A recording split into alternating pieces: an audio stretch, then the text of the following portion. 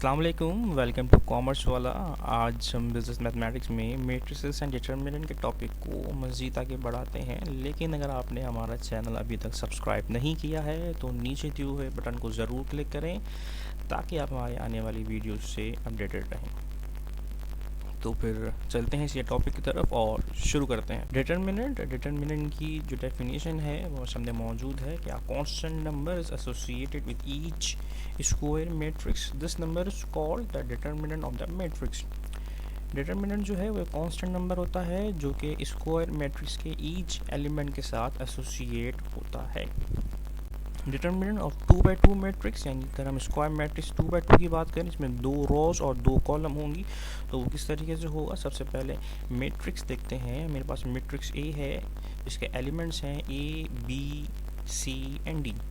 अगर इसका डिटरमिनेंट निकालना है तो सबसे पहले इसको डिटरमिनेंट फॉर्म में लिखना होता है और फिर इसका तरीक़ाकार सॉल्व करने का कुछ ऐसा है कि ए जो है वो डी से मल्टीप्लाई होता है, यानी कि क्रॉस मल्टीप्लिकेशन होती है A into D minus B into C. अगर मैं इसको सिंप्लीफाइड फॉर्म में लिखूँ तो A D minus B C. यानी जब भी हम 2x2 मैट्रिक्स के डिटरमिनेंट निकालेंगे तो जो पोजीशन है ए एलिमेंट और डी एलिमेंट्स की ये आपस में मल्टीप्लाई होंगे एंड देन सब्ट्रैक्ट होंगे बी और सी पोजीशन के एलिमेंट्स के साथ। चलते हैं सवाल की तरफ। 2x2 मैट्रिक्स को सॉल्व करते हैं। हमारे सामने सवाल लिखा हुआ है कि find the determinant of the following matrix. Matrix A 5 1 3 2, matrix B है 4 -2 6 -3। सॉल्व करते हैं जी। सबसे पहले मैट्रिक्स ए को हम सबसे पहले मैट्रिक्स ए को जो है वो डिटरमिनेंट की फॉर्म में लिखेंगे, यानी कि हमने जो है वो एलिमेंट्स को डिटरमिनेंट की हालत में लिख दिया है। अब जो एलिमेंट्स हैं वो 5 -1 है, 3 -2 हैं। सॉल्व करते हैं इसको, जो हमने रूल अभी सीखा है, यानी कि 5 जो है वो 2 से क्रॉस मल्टीप्लाई होगा, देन माइनस साइन जो है वो डिटरमिनेंट की आती है और फिर इसके बाद -1 मल्टीप्लाई हो जाएगा 3 के साथ। 5 2 ज़ा 10 माइनस माइनस प्लस 1 3 ज़ा 3, 10 + 3 = 13।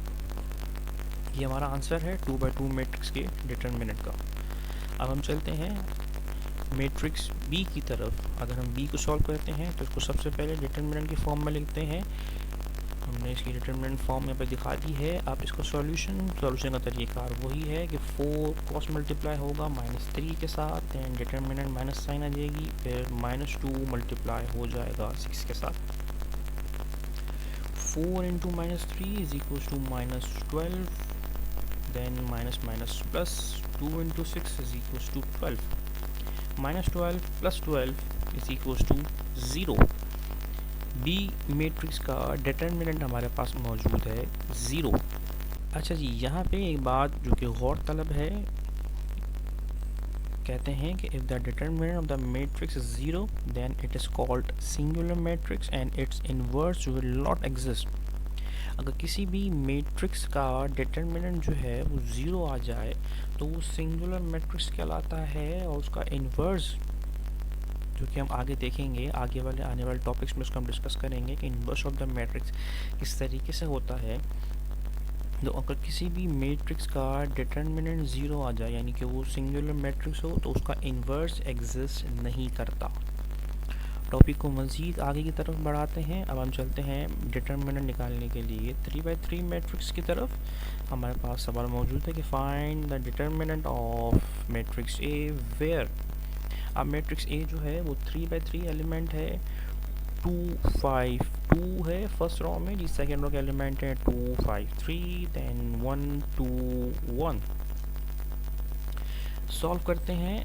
अब 3x3 मैट्रिक्स का सॉल्यूशन जो है वो 2x2 मैट्रिक्स के सॉल्यूशन से बिल्कुल मुख्तलिफ है।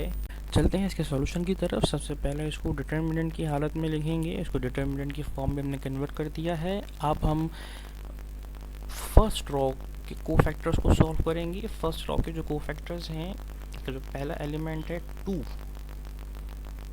जब इस 2 की बात करेंगे तो 2 का कॉलम और 2 की रो को छोड़ के बाकी जो एलिमेंट्स रह जाएंगे इसको हम 2x2 की मैट्रिक्स की हालत में लिख देंगे। यानी कि 5 और 2 बचा है, 3 और 1 बचा है, ये हमने इसको 2/2 डिटर्मिनेंट की शक्ल में दर्ज कर लिया है। फिर इसके बाद बारी आती है रॉ 1 के नेक्स्ट एलिमेंट की, जो कि है 5। आप यहाँ पे इस ये 5 जो है नेक्स्ट रॉ का, फर्स्ट रॉ का जो सेकंड एलिमेंट होता है उसको हम नेगेटिव तस्वुर करते हैं और तीसरे एलिमेंट को हम पॉजिटिव लेते हैं। ये कोफैक्टर्स के अपने बेसिक रूल्स हैं। तो अब अगर हम 5 की बात करें तो 5 की रॉ और 5 का कॉलम जो है इसको हम छोड़ देंगे और उसके अलावा जो जो एलिमेंट्स रह जाएंगे वो अपनी तरतीब के साथ 2/2 डिटर्मिनेंट की शक्ल में यहाँ पे रिकॉर्ड हो जाएंगे। यानी कि -5 अब डिटर्मिनेंट जो है वो 2 और 1 है और 3 के साथ 1 आ गया है। देन अगर हम बात करें लास्ट केस की, जो कि रॉ 1 का लास्ट एलिमेंट है 2, अब हम इसी की रॉ और इसी का कॉलम छोड़ देंगे और बाकी जो एलिमेंट्स रह जाएंगे उसको हम रिकॉर्ड कर लेंगे। क्योंकि हमने अब तीसरी एलिमेंट पे हैं, फर्स्ट रॉ के तीसरे एलिमेंट पे हैं, तो अब यहाँ पे प्लस साइन इस्तेमाल होगी, यानी कि +2 और 2/2 डिटर्मिनेंट जो है वो 2 और 1 का बना है और 5 और 2 का बना है। अभी आगे मज़ीद सॉल्व, यानी कि जो ये एलिमेंट्स आए हुए हैं ये अपने नॉर्मल तरीके से होंगे, यानी कि जो जिस तरीके से 2/2 मैट्रिक्स सॉल्व होता है, 2/2 डिटर्मिनेंट का मैट्रिक्स सॉल्व होता है, वैसे ही ये सॉल्व होंगे। सबसे पहले हम बात करते हैं यहाँ पे पहले मैट्रिक्स की, पहले डिटर्मिनेंट की। जो 2 जो है वो नंबर ऐसे आ गया है। देन 5 जो है वो 1 के साथ मल्टीप्लाई हो जाएगा, माइनस साइन डिटर्मिनेंट की आ जाएगी। 3 जो है वो 2 के साथ मल्टीप्लाई हो जाएगा। आगे की तरफ बढ़ते हैं। नेक्स्ट जो हमारा डिटर्मिनेंट है वो बिल्कुल वैसे ही सॉल्व होगा, यानी कि -5 अपनी जगह पे मौजूद रहेगा। 2 जो है वो मल्टीप्लाई हो जाएगा 1 के साथ, डिटर्मिनेंट माइनस की साइन आ जाएगी और 3 जो है वो 1 के साथ मल्टीप्लाई हो जाएगा।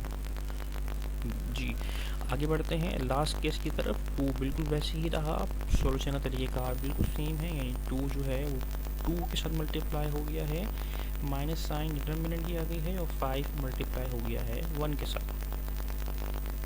अब इसको हमने सिंप्लीफाइड हालत में लेके आना है, यानी कि अब जब हम पहले ब्रैकेट को सॉल्व करेंगे तो 5 1 5 हो जाएगा, 3 2 6 हो जाएगा, तो यानी कि 2 जो है वो बाहर मौजूद है और अब अंदर ब्रैकेट में जो है वो 5 -6 आ गया है।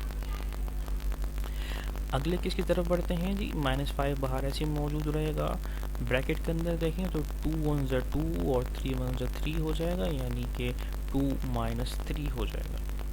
आगे की तरफ बढ़ते हैं तो +2 जो है वो वैसे ही रहेगा, ब्रैकेट के अंदर 2 × 2 = 4, 1 × 5 = 5, यानी कि 4 -5। मज़ीद सॉल्व करते हैं इसको, ब्रैकेट सॉल्व करते हैं, 5 -6 कराते हैं तो -1 आ जाएगा, यानी 2 बाहर वैसे ही मौजूद है, ब्रैकेट को सॉल्व किया अंदर -1 आ गया।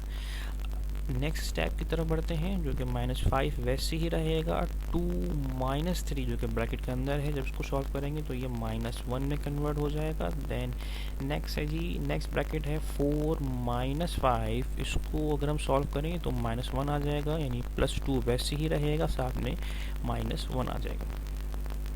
यहाँ सिंपल मल्टीप्लिकेशन है, सिंपल मल्टीप्लिकेशन है यहाँ पे, यानी कि 2 × -1 = -2, 5 × 1 = 5, माइनस प्लस, 2 × 1 = 2 प्लस माइनस। अब यहाँ पे -2 जो है ये -4 हो जाएगा, 5 बिल्कुल एज इट इज़ आ गया है और आप यहाँ पे लास्ट स्टेप है, यानी कि -4 + 5 = 1। ये था 3/3 मैट्रिक्स के डिटर्मिनेंट का आंसर। उम्मीद करते हैं कि आपको हमारी ये वीडियो अच्छी लगी होगी और आप इसको लाइक एंड शेयर ज़रूर करेंगे।